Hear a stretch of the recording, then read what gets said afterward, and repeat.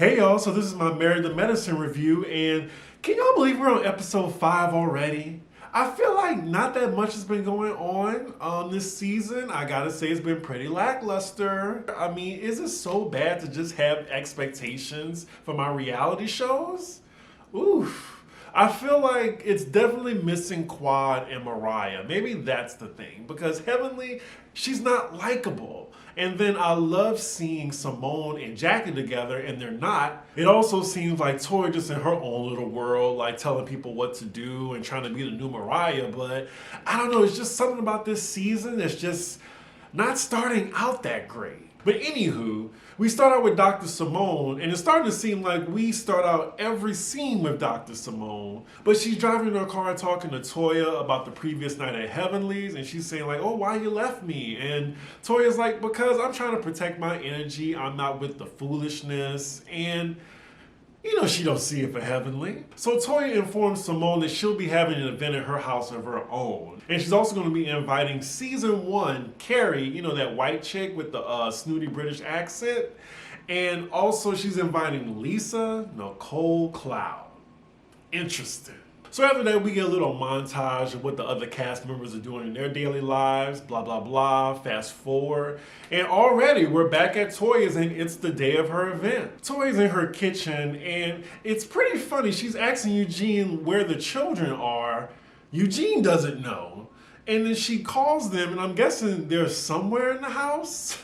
But that's a weird little scene how you don't know where your kids are, especially because they're both under the age of 10, I think. So people are arriving at Toya's and we see it's only the people that Toya gets along with. So all the ladies are there with the exception of Heavenly, Contessa, and Jackie. So then we see the return of Lisa Nicole Cloud, and Toya tells us that she's remained friends with her since she's been off the show. In fact, she only lives 2 miles from her. So they all go out to the pool and Toya's house is pretty gorgeous, but wasn't this supposed to be her forever home? Why is they selling it? And if you know, please let me know in the comments, because I mean, she was bragging about this house and the neighborhood. Are they downsizing or are they just trying to get a profit for this house? Because from last season, I was thinking, okay, this is their forever home, right? Anywho, Lisa tells Toya that the back of their house kind of reminds her of season 1 Carrie's house. And that's the infamous scene where Toya and Mariah started skirmishing and almost fell into the pool, both of them. Fur coats and gowns and all. And thanks to the producers, they remind us of this quintessential Married to Medicine moment. So then Lisa is introduced to the new girl, Anila. And then Simone says, yeah, you know, Lisa used to be in our circle, but then she left us. Then Toya quickly corrects her and says, no, she was actually ran out of our circle. And we're reminded that, you know, all the fights that Lisa got into with Heavenly and you know, most notably Quad, when she threw the water in Quad's face when she said, "With your lesbian relationship, bitch." Oh, that was a good scene. I might have to look that up on YouTube. So the lady's just lounging around the pool, and I kind of noticed that Simone she just doesn't fit in this picture. I kind of see that, well, all these ladies are actually like the wives of the doctors, and Simone is the only doctor there. Because, I don't know, it just seems like Simone vibes more with Heavenly, Jackie, and Contessa, because, you know, they're all doctors. But yeah, it's just weird seeing Simone without the other ladies there. So for some reason, randomly in front of other ladies, Toya brings up that she had a dream she had a threesome with Simone. And she's like giving details too. I'm like, okay. And then she giving details about it? I mean, we don't want to hear this.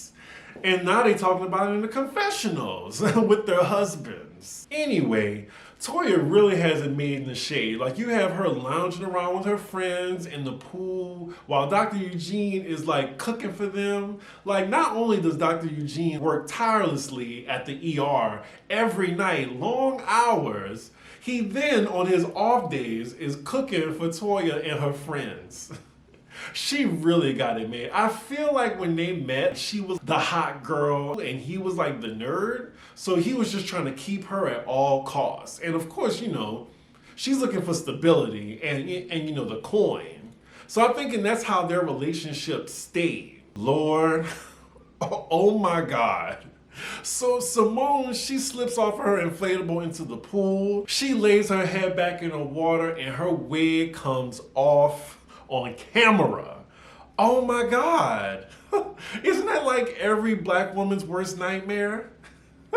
How embarrassing. Oh my God. I mean, if I was Simone, I would never let them use that footage. I'd be like, you know what? I'm off the show if y'all put this on here. Y'all better not. So next scene we're with the husbands. It's Dr. Eugene and Damon, and they're helping Contessa's husband, Scott, with their practice and putting shit up or whatever. And then meanwhile, we see Contessa, with her baby kids at the house, and she's basically venting about her marriage to her husband's niece. But yeah, she's just going off on the marriage and just saying like how they've been together for 10 years and it's been exactly the same. Woof.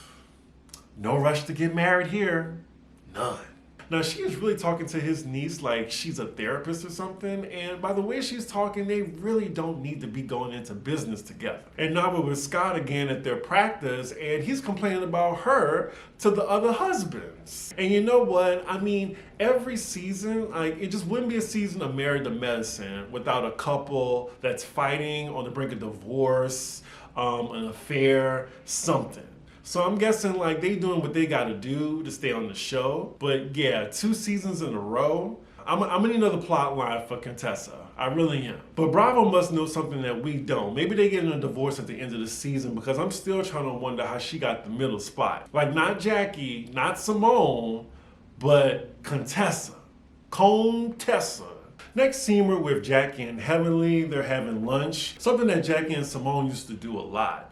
But Heavenly is telling Jackie that her and Simone are in a better place and she's hoping that her and Jackie could do the same. Now, Heavenly, that age shade, it's not working coming from you. You may be younger than them, but you definitely look older, okay? Especially with that neck and then that loose skin from, I'm guessing, the procedure you got. They need to tighten that up. It's really looking like a chicken neck or a turkey neck, something. She need to fix those, do you call them jowls or something?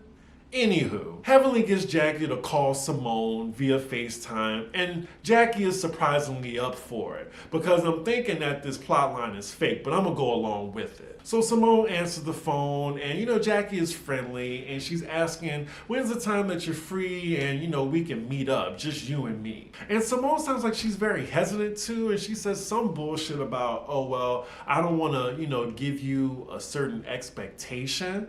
Nigga, what? Y'all been friends for 20 years. You in a good place with Heavenly, but you need to think about it with Jackie? And wasn't the only reason you were mad at Jackie is because she compared you and Heavenly's friendship to her? So I don't get it. Just make up already. So Simone agrees to have a one-on-one with her, and hopefully this matter is resolved, preferably by the next episode. So next scene we're with the Neela and Child. I don't even think I'm gonna waste my breath. They talking about this house again.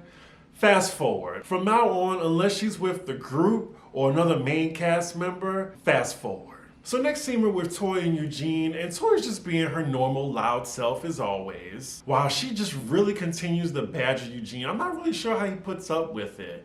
She really reminds me of this girl I used to work with. They're in the bathroom together, and Eugene needs her to give him a testosterone shot in his ass on camera. He lets us know that he's been on it for a month, and I'm guessing he needs to adjust his hormones. He has a testosterone deficiency, it messes with his mood, it has a low sex drive for him, so he needs to take it. They're really gonna show Toya give this man a shot in his ass. So he pulls a little bit of his pants down, and Toya is acting like us right now watching. I'm just like, why is she acting like this? You're married to him. You've seen him naked. You were in the tub within the last episode. So why is this weird? Why are they zooming in? I really don't need to see it. I really don't.